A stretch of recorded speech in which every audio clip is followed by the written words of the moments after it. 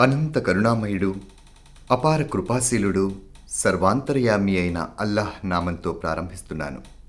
కాలగణనకు ముస్లింలు అనుసరించే హిజ్రీ శకాన్ని బట్టి సంవత్సరంలో 11వ మాసం రంజాన్. పాపాలను దహించే మాసం కనుక దీన్ని రంజాన్ అంటారు.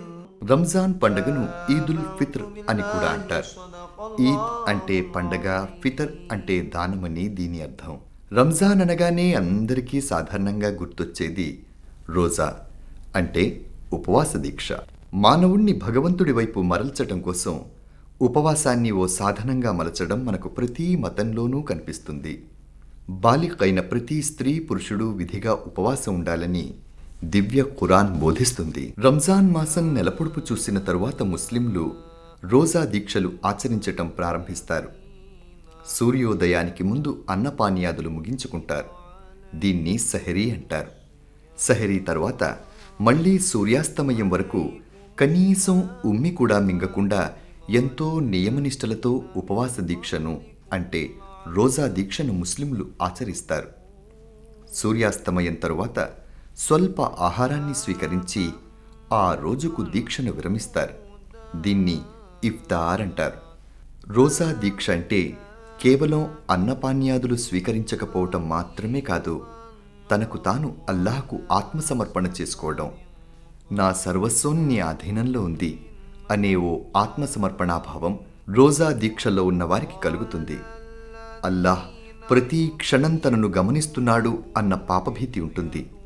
అలాగే రోజా దీక్షలో ఉన్నప్పుడు అతనిలో చెలరేగే ఆకలి మంటలు సమాజం పట్ల, సమాజంలోని నిరుపేదల పట్ల అతని బాధ్యతను, కర్తవ్యాన్ని గుర్తుకు తెస్తాయి. రోజా దీక్షలో ఉండడం అంటే ఇంద్రియాలను కూడా నియంత్రించుకోవడమే. చెడు కార్యాల నుండి మనసును మరల్చుకోవడం, దుర్వ్యసనాలకు దూరంగా ఉండడం, ఇవన్నీ కూడా రోజా దీక్షలో అంతర్భాగం. అంటే రాబోయే 11 మాసాలలో ఓ మంచి వ్యక్తిగా జీవించటానికి కావలసిన అభ్యాసనే రంజాన్ మాసంలో చేసే రోజా దీక్షలన్నమాట. రంజాన్ నెలలో రోజా దీక్షకున్న ప్రాముఖ్యత అందరికీ తెలిసిందే. అలాగే ఫిత్రా, జకాత్లకు కూడా ఈ మాసంలో చాలా ప్రాధాన్యత ఉంటుంది. రంజాన్ పండగ నాడు పేదలు కూడా ఈ పండుగ సంబరాలలో భాగస్వాములవ్వడమే కాకుండా అనేకానేక ప్రయోజనాలున్న మహిమాన్విత విధానాలే ఫిత్రా, జకాత్. రంజాన్ మాసంలో విధిగా ప్రతి ముస్లిం కుటుంబ యజమాని తన కుటుంబ సభ్యుల అందరి పేరిట ఫిత్రాదానం చెల్లించాలి. ఈ ఫిత్రాదానం 1/35 సేర్ల గోధుమలు గాని, దానికి సమానమైన మూల్యం గాని విధిగా పేదలకు దానం చెయ్యాలి. ఈ దానం కూడా పండగకు ముందు చేయడం ఉత్తమం. ముస్లిం సమాజంలో జకాత్కు ఓ ప్రాధాన్యత ఉంది. ఏ కుటుంబంలోనైనా 7.5 తులాలకు పైగా బంగారం, 15 తులాలకు పైగా వెండి ఉన్నట్టయితే ఆ కుటుంబ యజమాని ఆ మొత్తం బంగారం, వెండి, స్థిర చరాస్తుల విలువలను నిర్ధారించి కొంత శాతాన్ని విధిగా దానం చెయ్యాలి. అలా దానం చెయ్యకపోవటం మహాపాపం. రంజాన్ మాసం అంతా కూడా దాన ధర్మాలు, ధార్మిక కార్యక్రమాలు, ఆధ్యాత్మిక చింతన, దైవభీతి, పాపభీతులతో ముస్లింలు గడుపుతారు. రంజాన్ నెలలో ప్రతిరోజు ఇషా నమాజ్ తర్వాత ప్రత్యేక ప్రార్థనలు జరుపుతారు. దీన్ని తరావీ అంటారు. రోజా దీక్షలో ఉన్నవారు, దీక్షలో లేనివారు, పిల్లలు, పెద్దలు అందరూ ఈ తరావీ నమాజ్లలో తప్పకుండా పాల్గొంటారు. ఈ తరావీ ప్రార్థనలు రంజాన్ నెల 27వ తేదీన ముగుస్తాయి.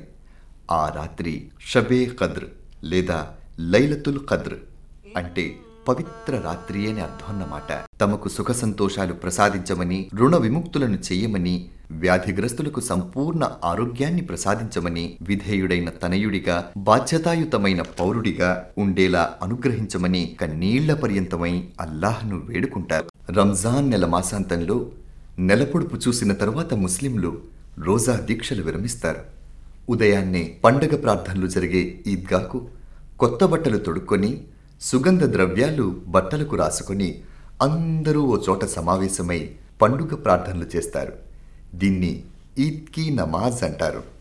ఈద్ కీ నమాజ్ తరువాత పరస్పరం ఆలింగనం చేసుకుని ఈద్ ముబారక్ అంటూ శుభాభివందనలు తెలియచేసుకుంటారు. బీడుబారిన భూమి చినుకులతో తడిసి ఏ విధంగానైతే సస్యశ్యామలమవుతుందో, రోజా దీక్షతో మహిమాన్విత ఆధ్యాత్మికతను సంతరించుకున్న ముస్లిం సమాజం రాబోయే 11 మాసాల్లో అలాగే జీవించటానికి సమాయుత్తమవుతోంది. అల్లాహ్ వారి ఆంక్షలను, వారి కోరికలను పరిపూర్ణం చేయుగాక. ఆమీన్.